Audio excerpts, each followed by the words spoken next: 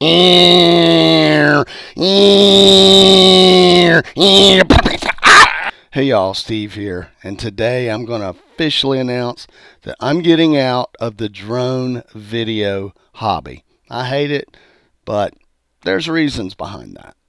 I got to say, it's been fun while it lasted, but I'm not going to register my drone.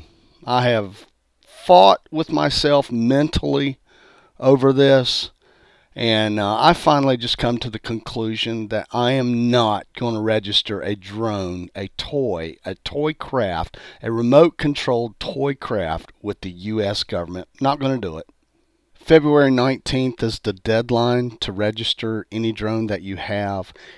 If you don't register by February 19th, I guess, and you're out flying and you get caught by God knows who. I have no idea if they're going to release stormtroopers on the public or local law enforcement or, whoever. I don't know what they're going to do, but if you're flying without registering after February 19th, you are flying illegal. I make videos for clients with this, and I get paid, but I can't make a video for a client with that. I can't take this up and fly around their building and charge them for it because I am not a licensed professional pilot. So the government's restricting. You can fly it as a hobby, but there's no way I can spend $1,500, and that's about what I've got in this one, including my backpack, but no way I can recoup that money unless it's posting videos on YouTube and getting AdSense money. So there's a big government slap in your face right there. Now I know this is a topic that a lot of people are going to fall on either side of the fence, and that's fine, but my decision is it's just not worth it for me personally. I was out flying one day in a field, just a field, and a state patrolman stopped. I was way off the road, but for some reason, he decided he would stop and figure out and find out what I was doing, And then on the verge of hassling me because I was getting ready to fly this drone out across a field. So I can imagine what the future holds for drone operators like myself and that harassment that we're going to be facing. Here's some quick predictions. First of all, the FAA, I don't think, has enough people to enforce their laws. So what I think is going to happen is they're going to monitor sites like YouTube because it's easy for them to do. They're going to determine on YouTube if you've broken any laws, if you're flying too high, if you're flying over people.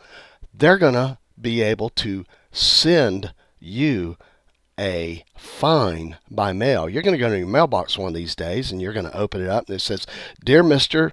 So-and-so, we observed your video on YouTube. Here are the following infractions we observed on your video.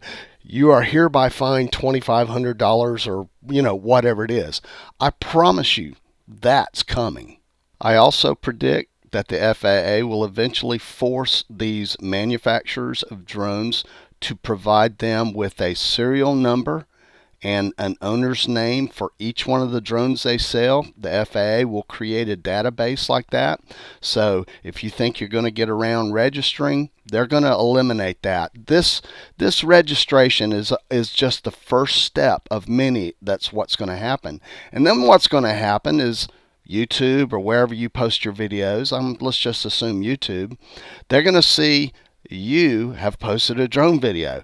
They're going to have some little internal office people, and their only job is to monitor YouTube videos. And they're going to go like, okay, John Smith is posting drone videos, and they can't find where John Smith is registered. So they check their database, and they match him up with a serial number, and John Smith gets a letter in the mail where he is fine. Call me crazy, but this is coming, I promise you.